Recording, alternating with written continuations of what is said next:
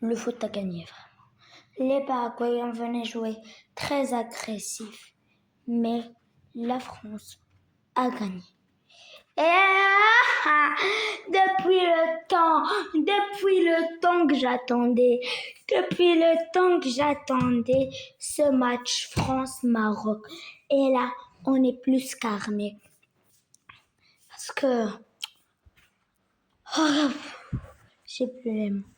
En 2022, je me rappelle, le 14 décembre 2020, j'ai oublié quoi. La France m'a fait pleurer. La France m'a fait pleurer.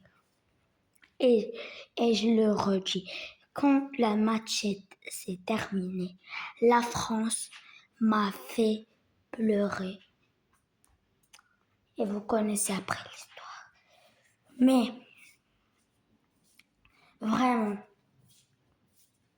bon, là, il y a pas beaucoup de trucs à dire sur Paraguay-France. Un match qui a été catastrophique des Paraguayens. C'est pas une équipe qui bat l'Allemagne. Ça. Bon, le match, il n'y a pas beaucoup de trucs à dire. C'est Doué, il a provoqué un penalty pour que Mbappé le marque et voilà. Donc c'est sûr, on va surtout se projeter sur Maroc-France parce que il y a beaucoup de mots et le match était dominé par la France. Il n'y a pas plus à dire. On va se projeter sur Maroc-France. Et Maroc-France. Et on va tracer tout le chemin avant qu'ils se retrouvent. 3-1, la France qui a gagné dans les groupes. 3-1 Sénégal, 3-0 Irak et 4-1 la Norvège. Ils ont battu ces trois équipes. Et après la suite, ils les ont battus 3-0. Et maintenant le Paraguay 1-0. Le Maroc, match face au Brésil 1-1 qui a été exceptionnel. Match face à l'Écosse 1-0. Match face à Haïti 4-2. Match face aux Pays-Bas 1-1 et au penalty 3-2. Maroc, Canada 3-0. Et voilà. Alors, on va parler d'abord des cartons jaunes parce que si pour le Maroc, il y a El Khanos qui a un carton jaune, Ounaï qui a un carton jaune, Halhal qui a un carton jaune et Hakimi qui a un carton jaune. Bon, Issa Diop avait un jaune, mais il s'est enlevé parce qu'elle avait un jaune dans le match face aux Pays-Bas. Voilà. Et la France, ils ont eu 2 cartons jaunes, je me rappelle. Plus c'est qui, oui. Je pense Kylian Mbappé et je sais plus c'est qui. Oui, je pense c'est Kylian. Bon. Et on voit Brahim qui dit,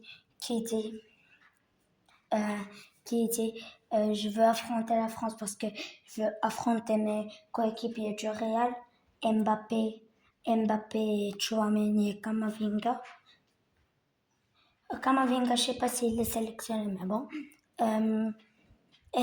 Et Mbappé qu'on va lui dire le Maroc, Hakimi a sûrement m'a envoyé un message.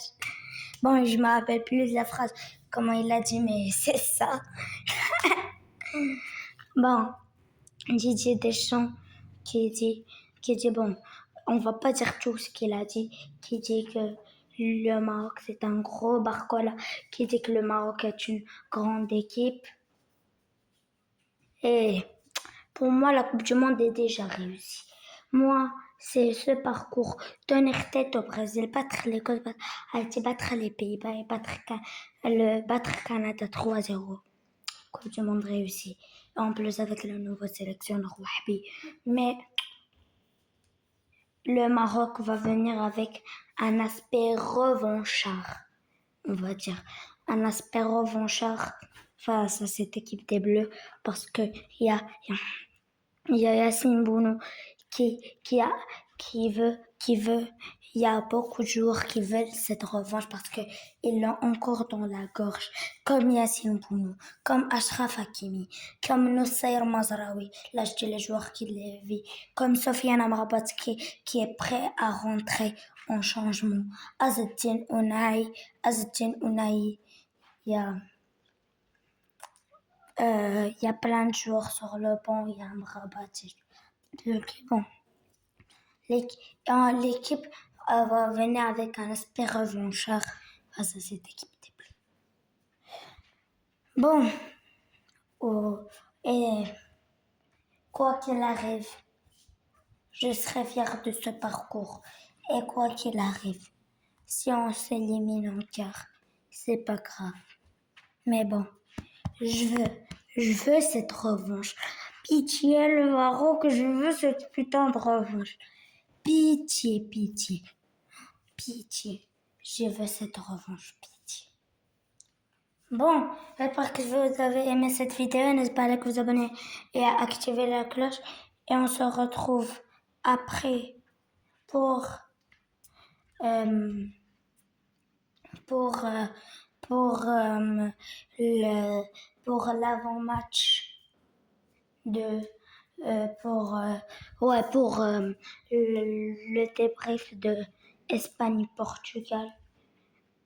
Je vais voir qu'est-ce que je vais faire et je vais faire avant match le mercredi ou mardi. Mais bon, j'espère que vous avez aimé la vidéo. N'hésitez pas à liker, vous abonner, à activer la cloche. Et on se retrouve cette Allez, ciao!